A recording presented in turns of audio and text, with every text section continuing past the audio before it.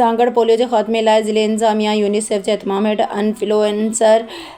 Engagement programme जो एहतमाम सांगड़ असगर अली वसाण ॿारनि खे पोलियो जहिड़े मौज़ी बीमारी खां महफ़ूज़ बणाइण ऐं उन जे मुकमल ख़ात्मे जे अज़म तहत ज़िले इंतज़ामिया यूनिसेफ जे सहकार सां गुज़िरियल राति हिकु निजी होटल में इन्फ्लुएंसर इंगेजमेंट प्रोग्राम जो एहतमाम कयो वियो। उन मौक़े डिप्टी कमिश्नर सारा जावेद ख़िताब कंदे चयो त प्रोग्राम मक़सदु मुआशरे जे बाअसर माण्हुनि सोशल मीडिया इन्फ्लुएंसर्स ऐं मक़ामी अॻुवाणनि खे पोलियो ख़िलाफ़ु जारी मुहिम में फ़ाल किरदारु अदा करण जे लाइ मुतहरिक करणु आहे, छाकाणि त असां सभु गॾिजी हिन बीमारी खे हमेशह लाइ ख़तमु करे सघूं था। उन मौक़े ते माहिरनि सिहत ऐं लाॻापियल अमलदारनि शिरकत कंदड़नि खे पोलियो वायरस जे ख़तरनि उन खां बचाव ऐं वैक्सीन जी अहमियत बाबति तफ़सीली आगाही फ़राहम कई। मुक़ररीन जो चवणो हो त पोलियो जो मुकमल ख़ात्मो तॾहिं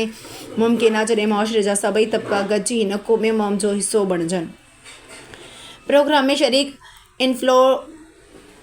इन्फ्लुएंसर्स उहो अज़म ज़ाहिर कयो त हू पंहिंजे प्लेटफॉर्म्स ज़रिए पोलियो बाबति मुस्बत पैगाम आम कंदा ऐं वालिदैन खे पंहिंजनि ॿारनि खे पोलियो जा फुड़ा पियारण लाइ क़ाइल कंदा। मुंतज़मीन मूजिबि अहिड़नि प्रोग्रामनि जो अहतमाम अवामी शऊर उजागर करणु ऐं पोलियो फ्री पाकिस्तान जी हदफ़ हासिल करण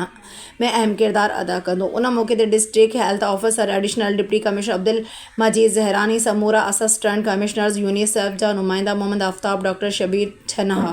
डॉक्टर हिना, शाज़िया मंगरियो, ममता प्रोग्राम ऐं सिविल सर्जन आफ्ताब अज़म सरेवाल पिणु ख़िताब कंदे पंहिंजनि तजुर्बनि खां आगाह कयो।